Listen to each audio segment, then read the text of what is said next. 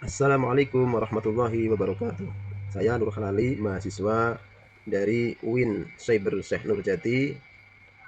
Saya akan menyampaikan tentang laporan tugas mata kuliah praktek ibadah dengan tema fikih mawaris dan hukum kewarisan dalam Islam. Pemaparan ini saya susun sebagai tugas praktek ibadah yang diampu oleh beliau Bapak dosen yang terhormat Bapak Ahmad Khomeini Syafi'i MAG. Baik, pertama saya akan menjelaskan terlebih dahulu tentang pengertian ilmu mawaris. Pengertian ilmu mawaris adalah ilmu yang membahas tentang cara pembagian harta peninggalan seseorang kepada ahli warisnya sesuai ketentuan syariat. Dalilnya adalah yusikumullahu fi aulatikum. Allah mewasiatkan kepadamu tentang pembagian warisan untuk anak-anakmu. Selanjutnya, dasar hukum mawaris. Dasar hukum mawaris bersumber dari tiga hal utama. Yang pertama adalah Al-Quranul Karim, khususnya surat An-Nisa ayat 11, 12, dan 176 yang memuat ketentuan bagian-bagian waris secara rinci. Kedua adalah hadis Nabi Muhammad SAW yang menjelaskan beberapa aturan teknis pembagian waris dan penegasan terhadap pentingnya menunaikan hak ahli waris. Ketiga adalah ijma ulama, yaitu kesepakatan para ulama ahli fikih sepanjang sejarah mengenai kaidah-kaidah pewarisan. Dan juga di Indonesia, ketentuan kewarisan Islam juga mendapat legitimasi dalam hukum positif melalui kompilasi hukum Islam yang ditetapkan dengan instruksi Presiden nomor 1 tahun 1991. Dengan demikian, ilmu mawaris berdiri di atas landasan yang kokoh, baik secara syar'i maupun secara yuridis. Selanjutnya, tujuan ilmu mawaris. Tujuan utama dari ilmu mawaris adalah menjaga keadilan dalam keluarga. Pembagian warisan yang sesuai syariat berfungsi untuk menghindari perselisihan, menghindari kecemburuan dan konflik berkepanjangan antara anggota keluarga setelah pewaris meninggal dunia. Ilmu mawaris juga melindungi hak pihak-pihak yang mungkin rentan diabaikan, seperti perempuan, anak-anak atau kerabat yang jauh tetapi sebenarnya memiliki hak menurut syariat. Selain itu, penerapan hukum mawaris sesuai ajaran Islam menjadi bentuk kepatuhan seorang muslim terhadap aturan Allah, sehingga bukan hanya berdampak sosial tetapi juga bernilai ibadah. Syarat terjadinya mawaris. Agar proses pewarisan dapat terjadi, terdapat beberapa syarat penting yang harus terpenuhi, yaitu pertama, pewaris atau orang yang meninggalkan harta benar-benar telah meninggal dunia. Selama seseorang masih hidup, hartanya belum berstatus warisan, meskipun ia sudah lanjut usia atau sakit. Dan kedua, ahli waris yang akan menerima warisan harus masih hidup pada saat pewaris meninggal. Dan ketiga, harta peninggalan harus jelas bentuknya, jumlahnya, dan status kepemilikannya, sehingga tidak dapat menimbulkan sengketa di kemudian hari. Dengan terpenuhinya syarat-syarat tersebut, proses pembagian warisan dapat dilakukan secara tertib dan objektif. Kemudian penghalang waris atau mawane'il waris. Di samping syarat ada juga hal-hal yang menjadi penghalang bagi seorang untuk menerima warisan.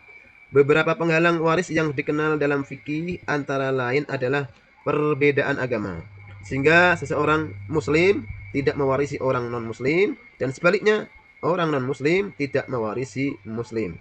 Kemudian tindakan pembunuhan terhadap pewaris, di mana seseorang yang membunuh pewarisnya sendiri terhalang dari hak waris karena bertentangan dengan prinsip keadilan. Dalam literatur klasik juga dikenal perbudakan sebagai salah satu penghalang waris, meskipun konteks saat ini sudah tidak relevan dalam sistem sosial modern.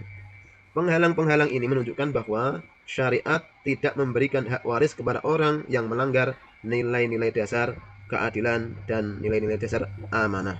Dalam hadis disebutkan, la yarisul muslimul kafira walal kafirul muslim. Muslim tidak mewarisi orang kafir dan orang kafir tidak mewarisi muslim. Kemudian jenis-jenis ahli waris. Secara garis besar, ahli waris dibagi menjadi 3 kelompok. Yaitu yang pertama adalah zawil furud. Zawil furud adalah ahli waris yang memiliki bagian yang pasti yang telah ditentukan secara jelas dalam Al-Quran dan hadis, seperti suami, istri, ayah, ibu, dan anak perempuan. Bagian mereka dinyatakan dalam bentuk pecahan tertentu, misalnya setengah, seperempat, seperdelapan, 2/3, sepertiga, atau seperenam. Dan yang kedua adalah asobah. Asobah adalah ahli waris yang mendapatkan sisa harta setelah bagian zawil furud dibagikan. Mereka tidak memiliki bagian pasti tetapi menerima sisa warisan sesuai urutan prioritas. Dan ketiga adalah zawil arham, yaitu kerabat yang lebih jauh yang baru memperoleh hak jika tidak ada zawil furud dan asobah. Selanjutnya dilihat dari jenis kelaminnya. Ahli waris laki-laki antara lain adalah ayah, kakek, anak laki-laki, saudara perempuan, saudara laki-laki suami, dan paman. Sementara itu ahli waris perempuan meliputi adalah ibu, nenek, anak perempuan, saudara perempuan, istri. Kemudian salah satu prinsip yang sering menjadi sorotan adalah ketentuan bahwa bagian anak laki-laki 2 kali bagian anak perempuan. Ketentuan ini harus dipahami dalam kerangka tanggung jawab nafkah, karena anak laki-laki dalam Islam memikul kewajiban menafkahi keluarga, sementara perempuan pada dasarnya tidak dibebani kewajiban tersebut. Jadi perbedaan bagian bukan bentuk ketidakadilan, melainkan penyesuaian terhadap beban tanggung jawab. Kemudian terkait bagian-bagian dawil furud. Bagian-bagian yang ditetapkan syariat antara lain setengah, seperempat, seperdelapan, 2/3, sepertiga, dan seperenam.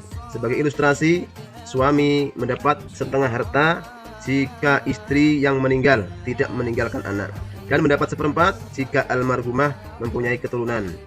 Istri mendapat seperempat apabila suami yang meninggal tidak mempunyai anak, dan mendapat seperdelapan jika pewaris memiliki keturunan. Ibu bisa mendapat sepertiga jika tidak ada anak, dan mendapat seperenam bila pewaris meninggalkan anak. Kemudian anak perempuan tunggal berhak atas setengah jika tidak ada anak laki-laki. Sedangkan jika bersama anak laki-laki, maka ia menjadi bagian dari kelompok asobah. Ketentuan-ketentuan ini bersifat tetap, tidak boleh ditambah ataupun dikurangi berdasarkan kesepakatan yang bertentangan dengan syariat, tidak boleh. Kemudian sementara asobah adalah ahli waris yang menerima bagian setelah seluruh hak dawil furud diberikan. Asobah terdiri dari 3 bentuk. Yang pertama adalah asobah binafsih. Apa itu asobah binafsih? Yaitu laki-laki yang menjadi asobah karena dirinya sendiri, seperti anak laki-laki, saudara laki-laki, dan ayah dalam kondisi tertentu. Kedua, asobah bigoirih, yaitu perempuan yang menjadi asobah karena bersama laki-laki yang setara derajatnya. Misalnya anak perempuan yang bersama anak laki-laki, di mana bagian laki-laki 2 kali bagian dari perempuan.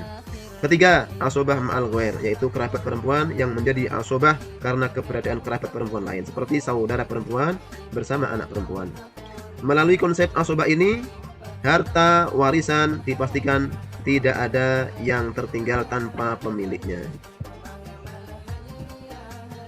Kemudian, agar pembagian warisan berjalan secara sistematis, diperlukan langkah-langkah yang jelas. Secara umum, urutan yang ditempuh adalah mengidentifikasi terlebih dahulu siapa saja ahli waris yang masih hidup dan memiliki hak. Setelah itu, ditentukan siapa yang terhalang. Ditentukan siapa yang terhalang karena adanya ahli waris yang lebih kuat kedudukannya. Kemudian tahap berikutnya adalah menetapkan bagian para dawil furud sesuai ketentuan nas. Kemudian sisa harta diberikan kepada asobah. Proses ini menuntut ketelitian, tetapi jika diikuti dengan benar akan menghasilkan pembagian yang objektif dan dapat dipertanggungjawabkan.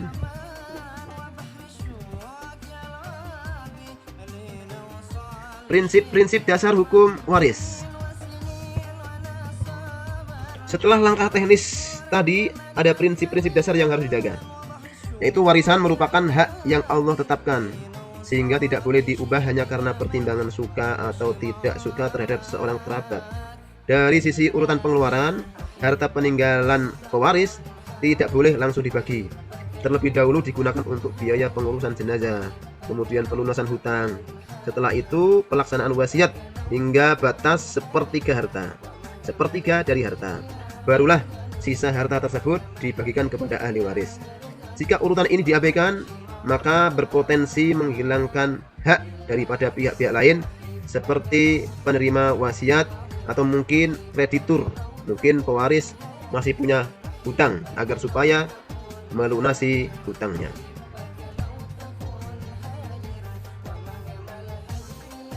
Dalam Al-Quran disebutkan dalil, Bismillahirrahmanirrahim, mim ba'di wasiyati yusi biha aw dain. Pembagian dilakukan setelah dipenuhi wasiat yang dibuatnya atau setelah dibayar hutangnya.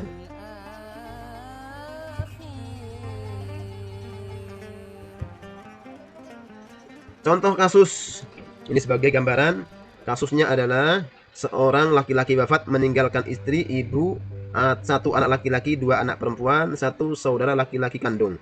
Harta yang ditinggal adalah 300 juta. Untuk langkah-langkah dalam penentuannya adalah yang pertama, tentukan ahli waris yang berhak seperti istri, ibu, anak laki-laki. Kalau saudara laki-laki terhalang oleh anak laki-laki. Kemudian yang kedua, tentukan bagian zawil furud. Istri mendapat 1/8, ibu mendapat 1/6, anak-anak mendapatkan asobah 2/1. Kemudian yang ketiga, hitung pembagian. Istri 1/8 dikali 300 juta mendapatkan 37,5 juta. Ibu 1/6 dikali 300 juta sama dengan 50 juta. Sisanya adalah 212,5 juta. Kemudian dibagikan sisa kepada anak-anak. Total bagian anak adalah 2 laki-laki plus 1 karena anak perempuannya 2, jadi 4.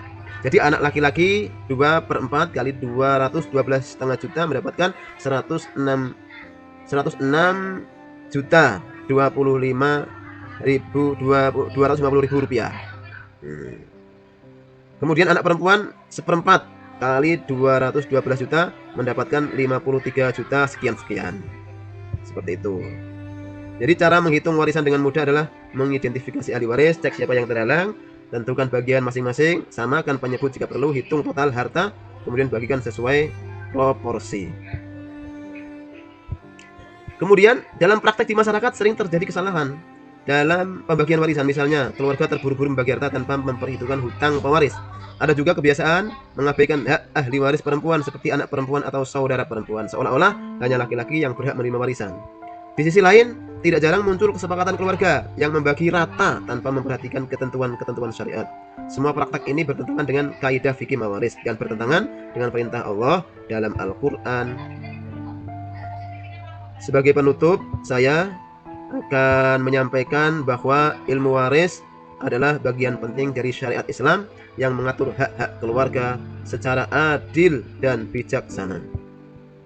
Syariat Islam mengatur pembagian harta peninggalan secara adil, terukur, dan terstruktur melalui pemahaman yang baik tentang pengertian dasar, hukum, tujuan syarat, kemudian penghalang waris, jenis ahli waris, serta prinsip-prinsip pembagian.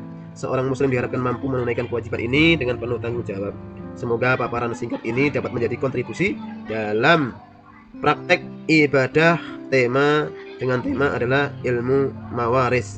Semoga sekaligus bisa menambah pemahaman kita tentang pentingnya menerapkan hukum kewarisan Islam dalam kehidupan nyata. Demikian, wassalamualaikum warahmatullahi wabarakatuh. Wallahu ya'lamu wa antum la ta'lamun. Allah mengetahui sedangkan kamu tidak mengetahui.